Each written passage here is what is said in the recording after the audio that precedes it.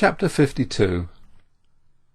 During the small hours of the next morning, while it was still dark, dwellers near the highways were conscious of a disturbance of their night's rest by rumbling noises intermittently continuing till daylight, noises as certain to reoccur in this particular first week of the month as the voice of the cuckoo in the third week of the same.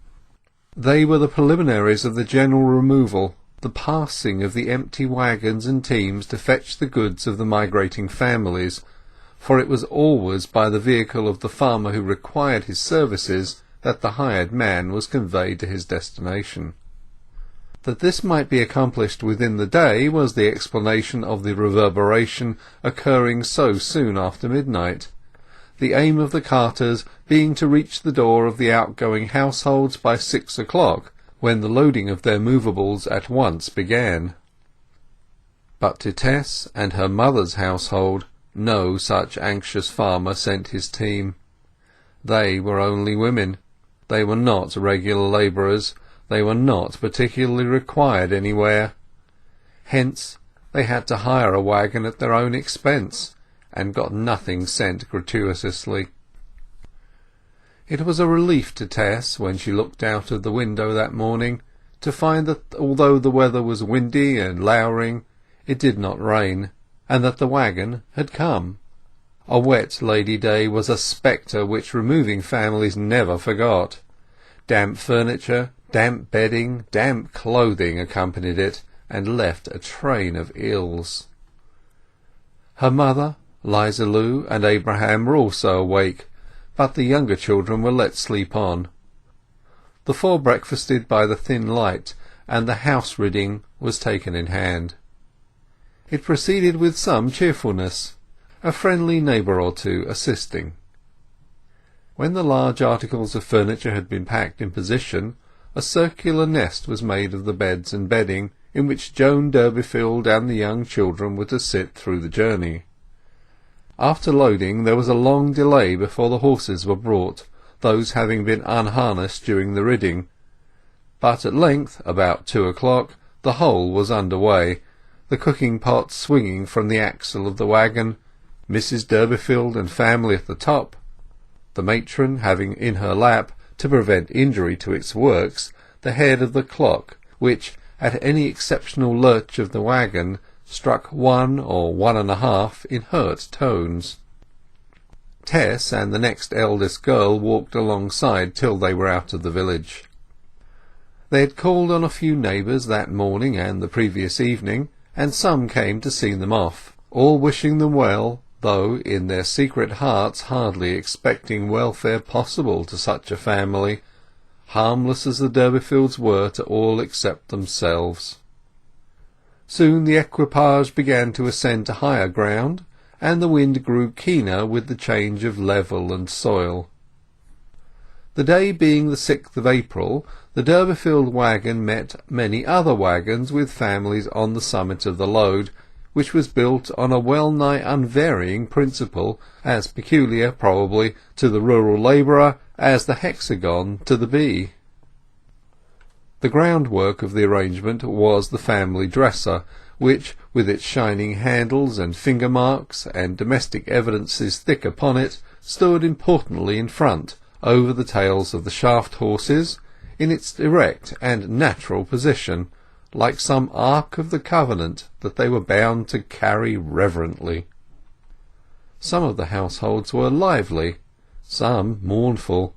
Some were stopping at the doors of wayside inns, where in due time the Durbeyfield menagerie also drew up to bait horses and to refresh the travellers. During the halt Tess's eye fell upon a 3-pint blue mug, which was ascending and descending through the air to and from the feminine section of a household sitting on the summit of a load that had also drawn up at a little distance from the same inn. She followed one of the mug's journeys upward, and perceived it to be clasped by hands whose owner she well knew. Tess went towards the wagon. "Marian and Izz!" she cried to the girls, for it was they, sitting with the moving family at whose house they had lodged. Are you house-ridden to-day, like everybody else?" They were, they said. It had been too rough a life for them at Flintcomb, and they had come away almost without notice, leaving Groby to prosecute them if he chose. They told Tess their destination, and Tess told them hers. Marian leant over the load and lowered her voice. "Do you know that the gentleman who follows 'ee, you'll guess who I mean, came to ask for 'ee at Flintcomb after you'd gone? We didn't tell en where you was, knowing you wouldn't wish to see him." "Ah, but I did see him," Tess murmured. "He found me." "And do he know where you be going?" "I think so." "Husband come back?" "No."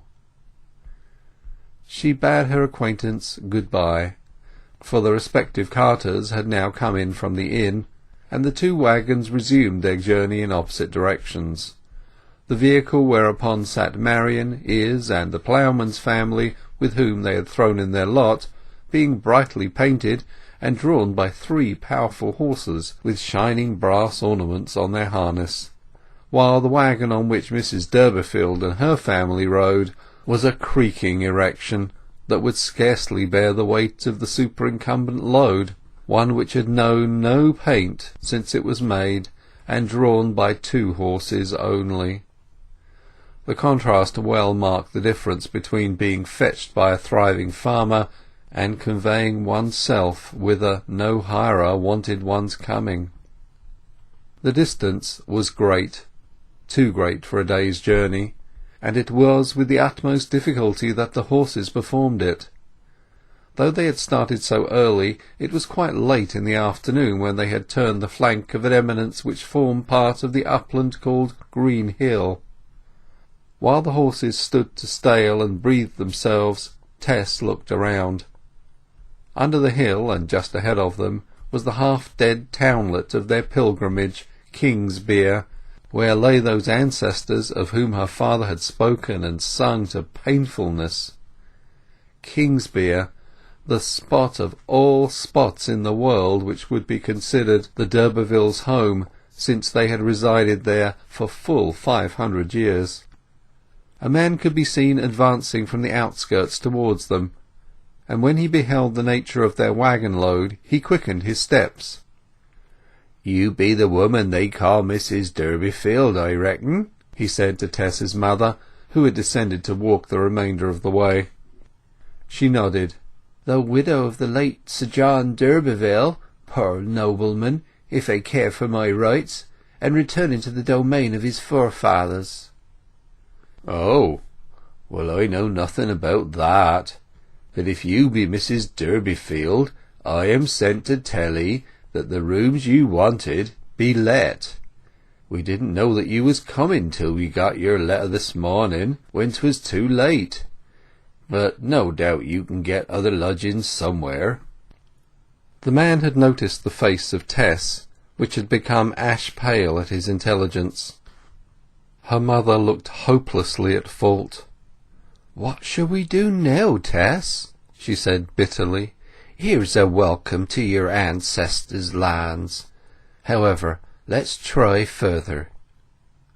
They moved on into the town, and tried with all their might, Tess remaining with the waggon to take care of the children, whilst her mother and 'Liza Lu made inquiries.